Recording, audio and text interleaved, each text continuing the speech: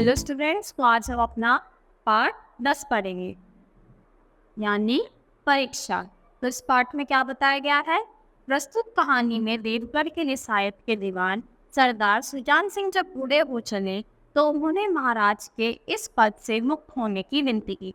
तो देखो, जो मतलब राजा थे वो क्या हो चुके थे, बूढ़े हो चुके थे। अब उन्होंने विनती करी थी कि मुझे इस पद से हटा दिया जाए। महाराज ने उनकी विनती स्वीकार करते हुए सरदार सुजान सिंह से कहा कि हमें अपने जैसा ही देवगढ़ की रियासत के लिए दीवान चुनकर दीजिए। तो उन्होंने हाथों पर भी मतलब स्वीकार तो कर दिया, पर बोला कि अपने जैसा ही कोई हमको वो क्या करो, देवगढ़ पूर्ण कर दो। सुजान सिंह उसकी आज्ञा का पालन करते हुए देवगढ़ की रियासत के लिए दीवान की परीक्षा लेनी शुरू कर देते हैं। तो सुजान सिंह क्या करते हैं, उनकी आज्ञा मानकर दीवान की परीक्षा लेनी शुरू कर देते हैं, यानी उसको ढूंढना स्टार्ट कर देते हैं। देवगढ़ की रियासत के दीवान सरदार सुजान सिंह काफी बूढ़े हो गए। तो जो वो क्या थे, वो बहुत बूढ़े हो गए थे। उन्होंने महाराज से विनती की कि अब वह कुछ समय परमात्मा का ध्यान करना चाहते हैं। तो क्या बोलते हैं कि अब वो बूढ़े हो गए हैं, तो इस समय वो क्या करना चाहते हैं, ये सब काम छोड़कर भगवान को याद करना चाहते हैं। शरीर अब स्थिर हो रहा था और ऐसे में कोई काम भूल चूक हो गई तो बुढ़ापे में दाव मिल जाएगा। तो अब क्या है, अब मेरी उम्र हो चुकी है और अगर कुछ उल्टा सीधा काम हो गया तो खामखा बुढ़ापे में दाव। राजा साहब अपने अनुभवी दीवान का बहुत आदर करते, तो क्या करते थे, अपने दीवान को क्या करते थे, बहुत ही ज्यादा उनका सम्मान करते थे।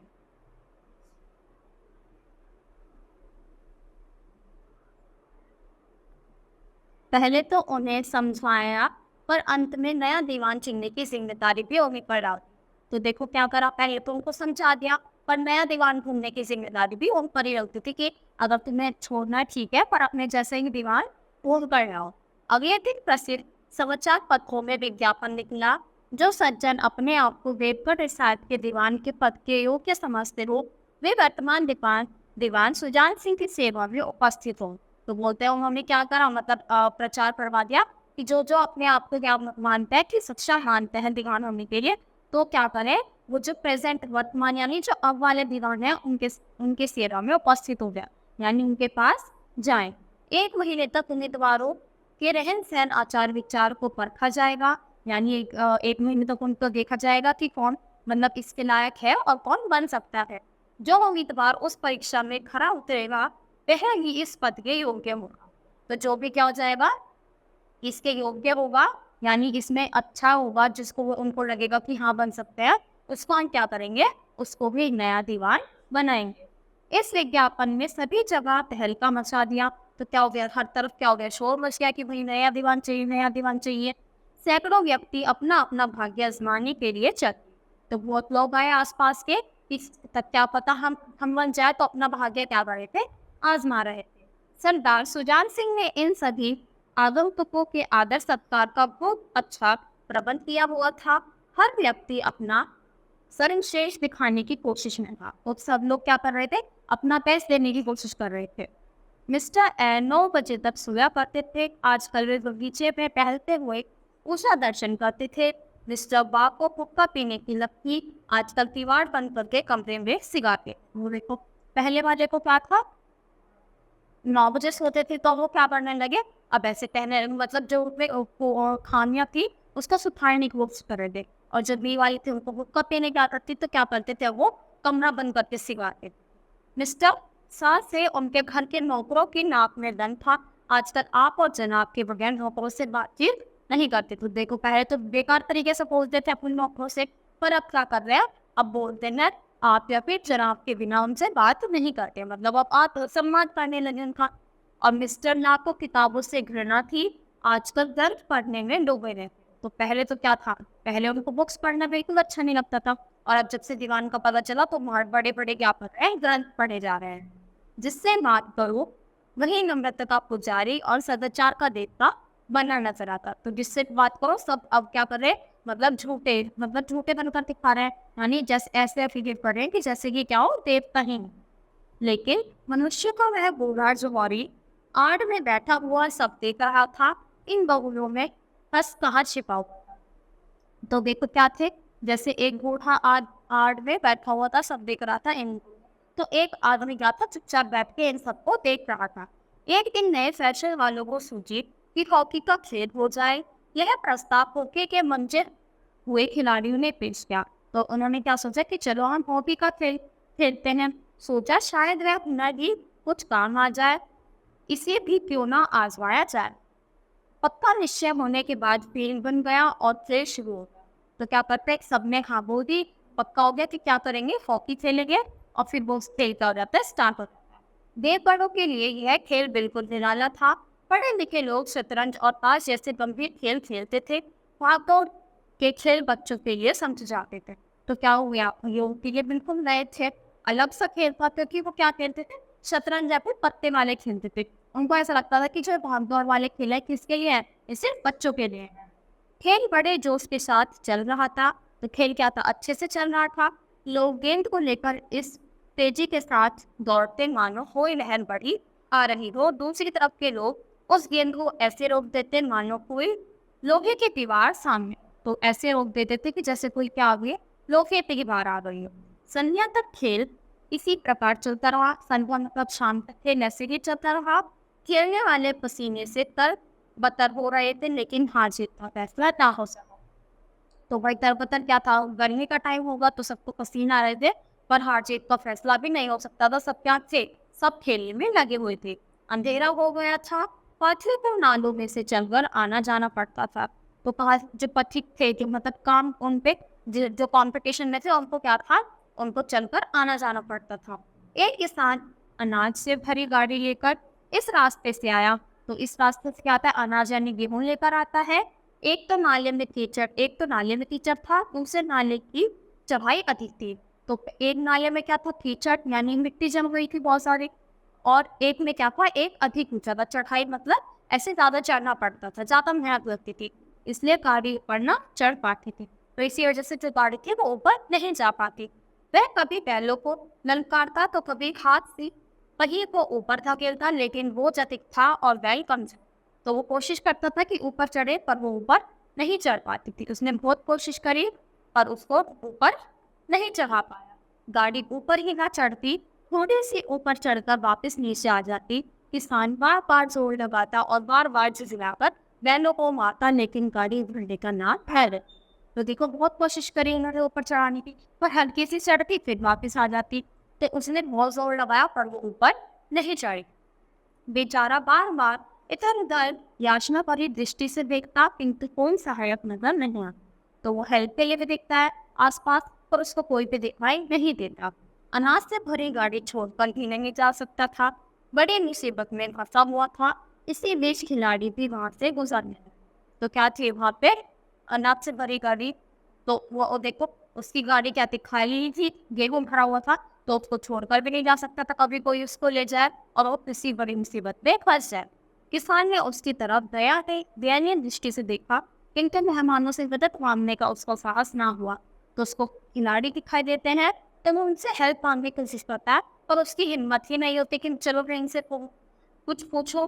खिलाड़ियों ने भी उसको देखा, मगर देखकर ही अनदेखा कर दिया। तो खिलाड़ियों ने भी उसे देख लिया था, पर क्या करते हैं, देखकर अनदेखा कि जैसे हमने उसे देखा ही ना हो, और सीधे चले गए। उन आंखों में सहानुभूति ना थे, स्वार्थ और मत था, प्रेम भाव या उदारता कहीं दिखाई नहीं दे रहे। तो सारे क्या थे, सारे ही बहुत मतलब वो थे कि अपने उन्हें बस उससे मतलब था कि हाँ भाई हमारा तो क्या चल रहा है, हमारा तो प्रोग्राम चल रहा है, हम अपना कंपटीशन पे ध्यान देंगे। और जैसे किसी के देखो क्या थे, वो स्वार्थ खेल रहे थे, और किसी को मदद की जरूरत थी, वो उन्होंने क्या करा, उनकी मदद नहीं की। मनुष्य के उस झुंड में एक उदार दयालु मनुष्य। तो उस झुंड में क्या था, यानी उस ग्रुप में एक अच्छा इंसान भी था। आज हॉकी खेलते हुए उसके पैर में चोट लगी। तो आज हॉकी खेलते टाइम उसकी क्या हो गई थी, पैर में चोट लग गई थी। वह लंगड़ाता हुआ चल रहा था। अचानक उसकी निगाह गाड़ी पर पड़ी। तो उसकी निगाह एकदम से गाड़ी पर पड़ती है। गाड़ी वाहन पर दृष्टि जाती ही वह उसकी समस्या समझ गया। तो गाड़ी को देख के उसे समझ आता था कि क्या दिक्कत है, ये क्यों परेशान है। उसने अपना कोट उतारा और किसान के पास जाकर बोला, मैं तुम्हारी गाड़ी निकाल दूं। वो किसान से खुद बोलता है कि क्या वो तुम्हारी गाड़ी निकाल दूं। किसान ने देखा एक लंबा और गठे हुए बदन का सदन नवयुवक सामने खड़ा था। वह झुककर बोला, हुजूर मैं आपसे कैसे कहूँ। तो बोलता है कि मैं आपसे कैसे कहूँ। युवक ने कहा, मालूम होता है तुम यहाँ बड़ी देर से फंसे हो। अच्छा अब तुम गाड़ी पर जाकर बैलों को साधो, मैं पहियों को धकेलता हूँ, अभी गाड़ी पर चढ़ जाएगी। तो बोलते कोई बात नहीं, मुझे समझ आ रहा है कि तुम बहुत देर से फंसे हो, तो तुम गाड़ी पर जाकर बैठो, मैं पीछे से धक्का लगाता हूँ और गाड़ी ऊपर चढ़ जाएगी। किसान गाड़ी पर जा बैठा, ये अपने पहिए को जोर लगाया। कीचड़ बहुत ज्यादा था, वह घुटने तक जमीन में गड़ गया, लेकिन उसमें हिम्मत ना हार। वो देखो बहुत ज्यादा था, वो जमीन में गड़ गया था कीचड़ होने के कारण, पर तभी भी उसने हिम्मत नहीं हारी और जोर लगाता रहा। उसने फिर जोर लगाया, उधर किसान ने बैलों को ललकारा, बैलों का सहारा मिला, हिम्मत बढ़ गई, बंद गई। उन्होंने कंधे झुकाकर जोर लगाया और गाड़ी नाले के तो क्या करते हैं, दोनों बहुत कोशिश करते हैं, और क्या होता है, गाड़ी नाले के पार चढ़ जाती है। किसान युवक के सामने हाथ जोड़कर खड़ा हो गया और बोला, आज आपने मुझे उबार दिया, नहीं तो सारी रात मुझे यहीं बैठ। तो क्या करता है, उसका शुक्रगुजार होता है हाथ जोड़कर कि आपने क्या करा, मेरी हेल्प करी, वरना मैं पाँच को गिरा थे तो मुझे गुजारनी पड़ती। युवक ने हंसकर कहा, अब मुझे कुछ इनाम देना चाहते हो? तो युवक क्या होता, हंसकर बोलता कि अच्छा चलो, मुझे इनाम देना चाहोगे? किसान ने गंभीर भाव से कहा, नारायण, चाहेंगे तो दीवाने आपको ही मिले। तो बोलते कि अगर भगवान चाहेंगे तो दीवानी आपको ही मिले। यह सुनते ही युवक ने किसान की तरफ गौर से देखा। उसके मन में संदेह हुआ कि कहीं यह किसान सरदार सुजात सिंह का ही तो नहीं है। तो इसको लगा, एक बार से संदेह हुआ, यानी क्या बोलता, कहीं ये जो दीवान है ये सुजात सिंह का ही तो नहीं है। किसान में उसके मन की बात भापनी है, मुस्कुराकर बोला, गहरे पानी में बैठने से ही मोती मिलते हैं। तो एकदम वो भी समझ गया। तो वो क्या कहता है कि गहरे पानी में बैठने से क्या होता है, मोती मिलते हैं।